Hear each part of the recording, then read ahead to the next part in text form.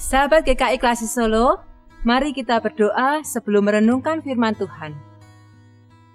Tuhan, puji syukur pada hari ini Engkau masih memberi kami kesempatan untuk melanjutkan hidup.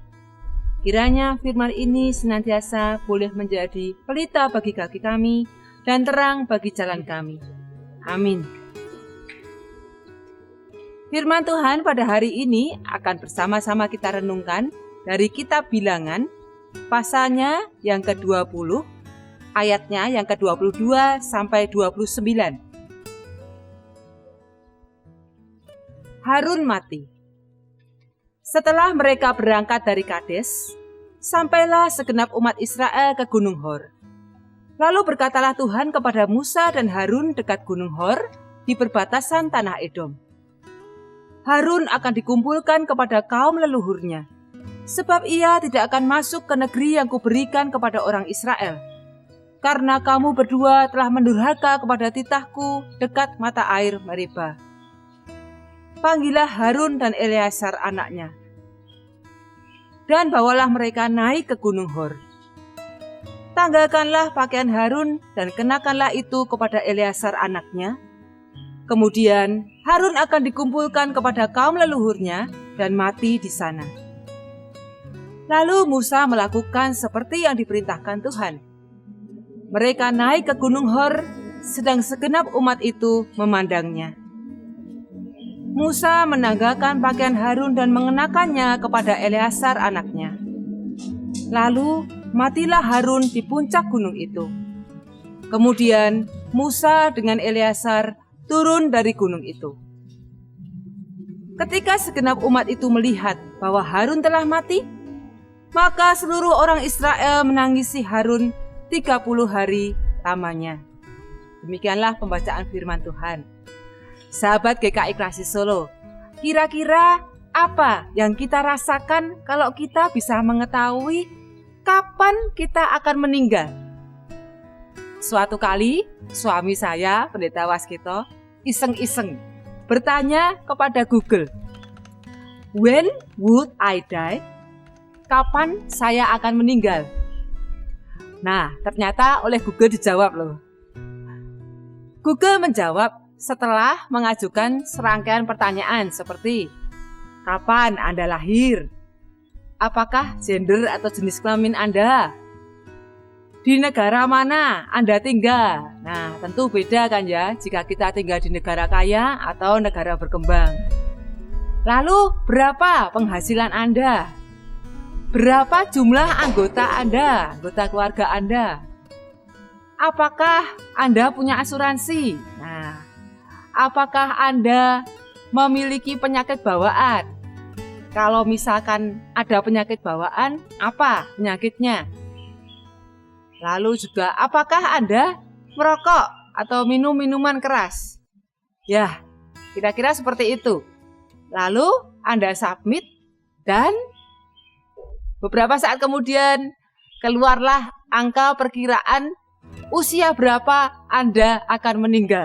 Nah, kalau suami saya, kata Google, akan berusia hingga sekitar 69 tahun. Lalu bagaimana perasaan suami saya? Nah, ketika saya tanya, katanya biasa saja. Namanya cuma iseng aja. Nah, kembali pada pertanyaan di awal tadi, apa yang Anda rasakan jika kita bisa mengetahui kapan kita akan meninggal? Tentu setiap orang punya perasaan yang berbeda-beda ya. Tapi sebenarnya bukan cuma soal perasaan saja yang penting, tetapi juga soal bagaimana kita akan mengakhiri hidup kita. Apakah kita akan mengakhirinya dengan tenang dan bahagia, atau dengan ketakutan, dengan beres, atau dengan banyak kekhawatiran dan beban? Dalam bacaan Alkitab hari ini kita melihat bahwa Tuhan telah menentukan saat kematian Harun. Dan bukan hanya itu, Tuhan juga mengatakan bahwa Harun akan mati dengan tidak memasuki tanah perjanjian. Nah, kalau ini sebenarnya bukan kabar baru sih. Tuhan sudah pernah mengatakannya dan memang Harun berdosa pada saat itu. Ia dan Musa tidak bisa menahan emosi saat bangsa Israel kehausan dan menyalah-nyalahkan serta menuduh Musa dan Harun sebagai penyebab penderitaan mereka. Nah, kemudian Musa dan Harun pun tidak bisa mengendalikan emosi mereka karena jengkel ya, marah. Dan kemudian setelah Tuhan berfirman kepada mereka, maka mereka mengeluarkan air dari bukit batu sambil berkata seolah-olah itu adalah hasil dari kekuatan mereka sendiri. Nah, disitulah Tuhan kemudian menghukum mereka dengan hukuman bahwa mereka tidak akan memasuki tanah perjanjian. Hal ini bisa dibaca di Bilangan 20 ayat 2 sampai 13. Tapi walaupun seperti itu kisahnya, pada awalnya hal ini juga tetap menimbulkan pertanyaan bagi saya. Saya membayangkan bagaimana ya perasaan Harun. Selama ini dia sudah mengabdikan diri untuk melayani Tuhan, menjadi pendamping Musa, juru bicaranya Musa, dan juga menjadi imam bagi bangsa Israel yang bisa dibilang rewelnya minta ampun. Giliran mau masuk tanah perjanjian kok tidak boleh. Kok rasanya kasihan banget gitu. Apakah memang layak dosanya Harun itu diganjar dengan hukuman seperti itu? Kok rasanya Tuhan tidak adil ya? Bukankah Harun waktu itu sampai bersalah juga gara-gara bangsa Israel yang mulai duluan? Bukankah juga soal memasuki tanah perjanjian itu adalah impian setiap orang dari bangsa Israel? Apalagi Harun dan Musa itu adalah pemimpinnya. Bagaimana mungkin Tuhan tega menghancurkan impian itu? Sahabat GKI Klasik Solo, apakah Tuhan memang setega itu? Mari kita lihat kilas balik sejenak kehidupan Harun. Siapa Harun? Harun itu adalah orang yang dipilih Tuhan secara langsung untuk menjadi juru bicaranya Musa, baik saat Musa menghadapi Firaun ataupun ketika Musa menghadapi umat Israel. Kemudian juga Harun adalah orang yang berperan besar di dalam kemenangan orang Israel saat mereka bertempur melawan bangsa Amalek. Pada saat itu, kemenangan Israel bisa terjadi apabila tangan Musa yang memegang tongkat itu terangkat.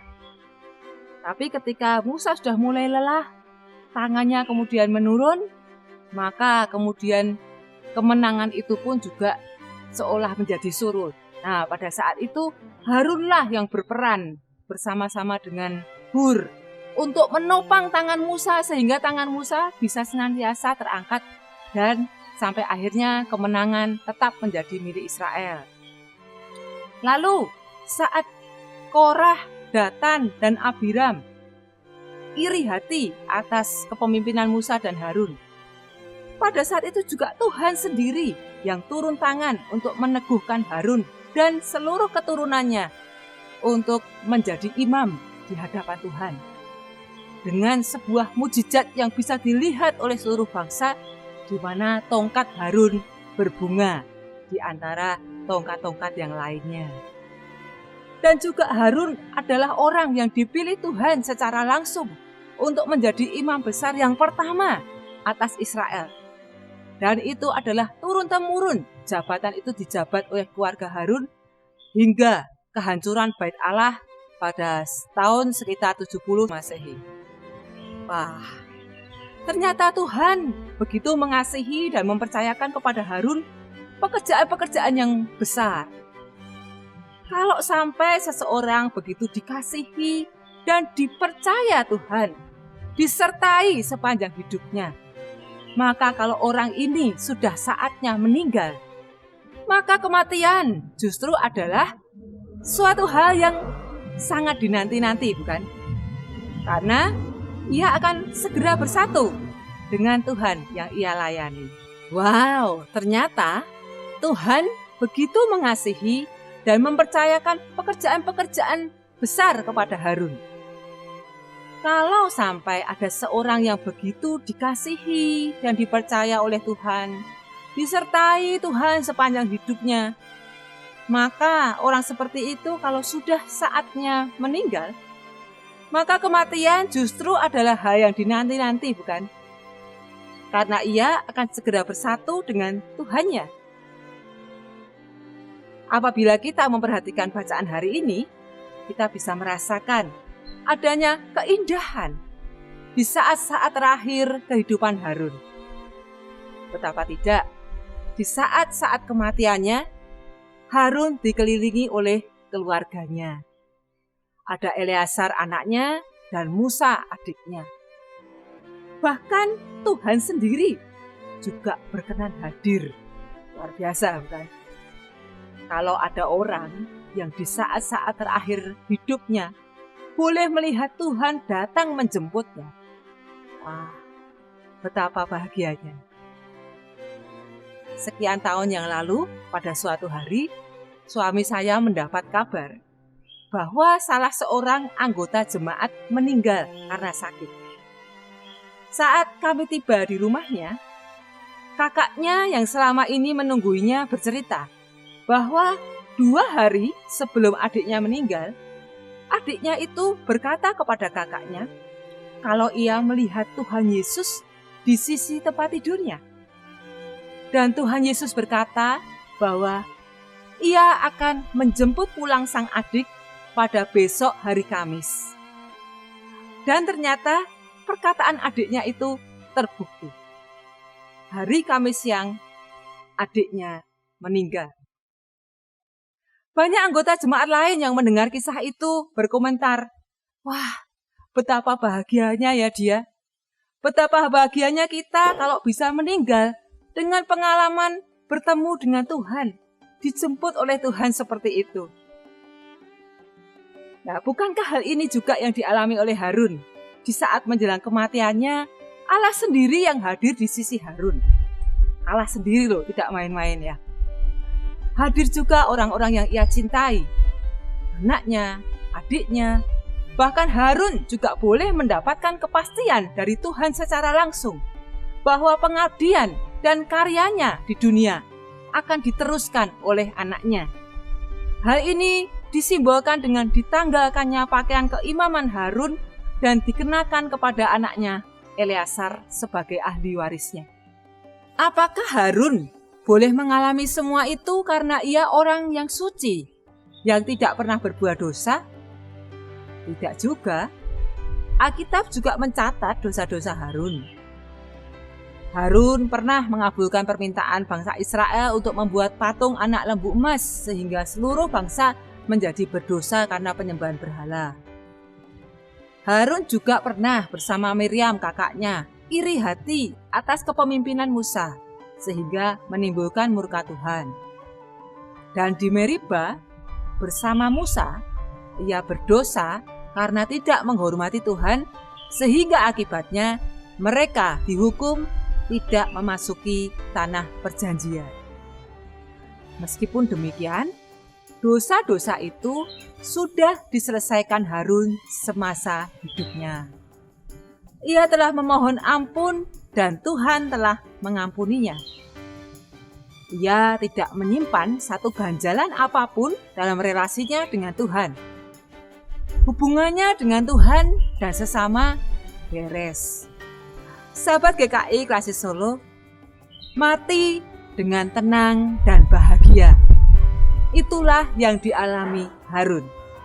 Meskipun awalnya saya berpikir, kok Harun kasihan banget ya, harus mati tanpa memasuki tanah perjanjian.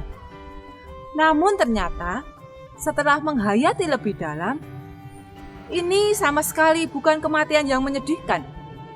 Justru sebaliknya, kematian yang begitu tenang dan membahagiakan. Jika Tuhan sendiri berkenan hadir di saat-saat terakhir kehidupan seseorang, bukankah itu pengalaman yang diinginkan oleh semua orang percaya?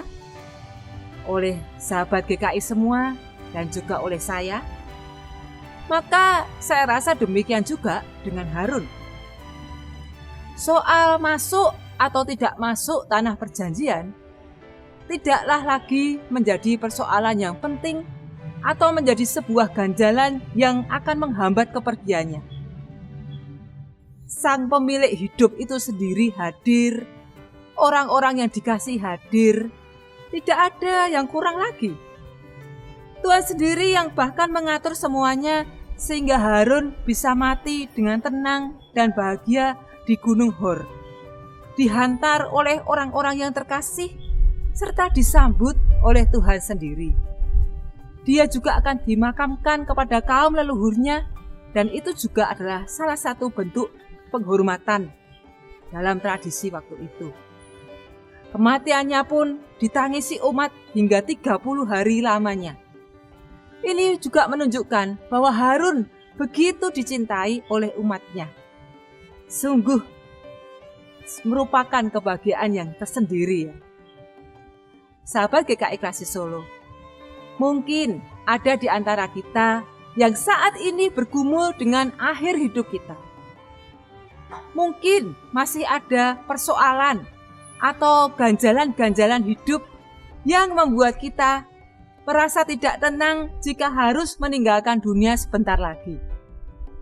Saran saya, segeralah bereskan semua ganjalan itu selagi kita masih hidup di dunia. Baik itu tugas yang belum usai, perbuatan buruk di masa lalu mungkin yang belum dibereskan, hubungan yang tidak beres dengan Tuhan atau sesama, belum minta maaf atau mungkin belum memaafkan, masih menyimpan dendam, dan lain sebagainya. Selesaikanlah itu sekarang juga, selagi masih ada waktu, supaya kita juga bisa mengalami kematian yang tenang dan bahagia. Tuhan menolong kita. Amin.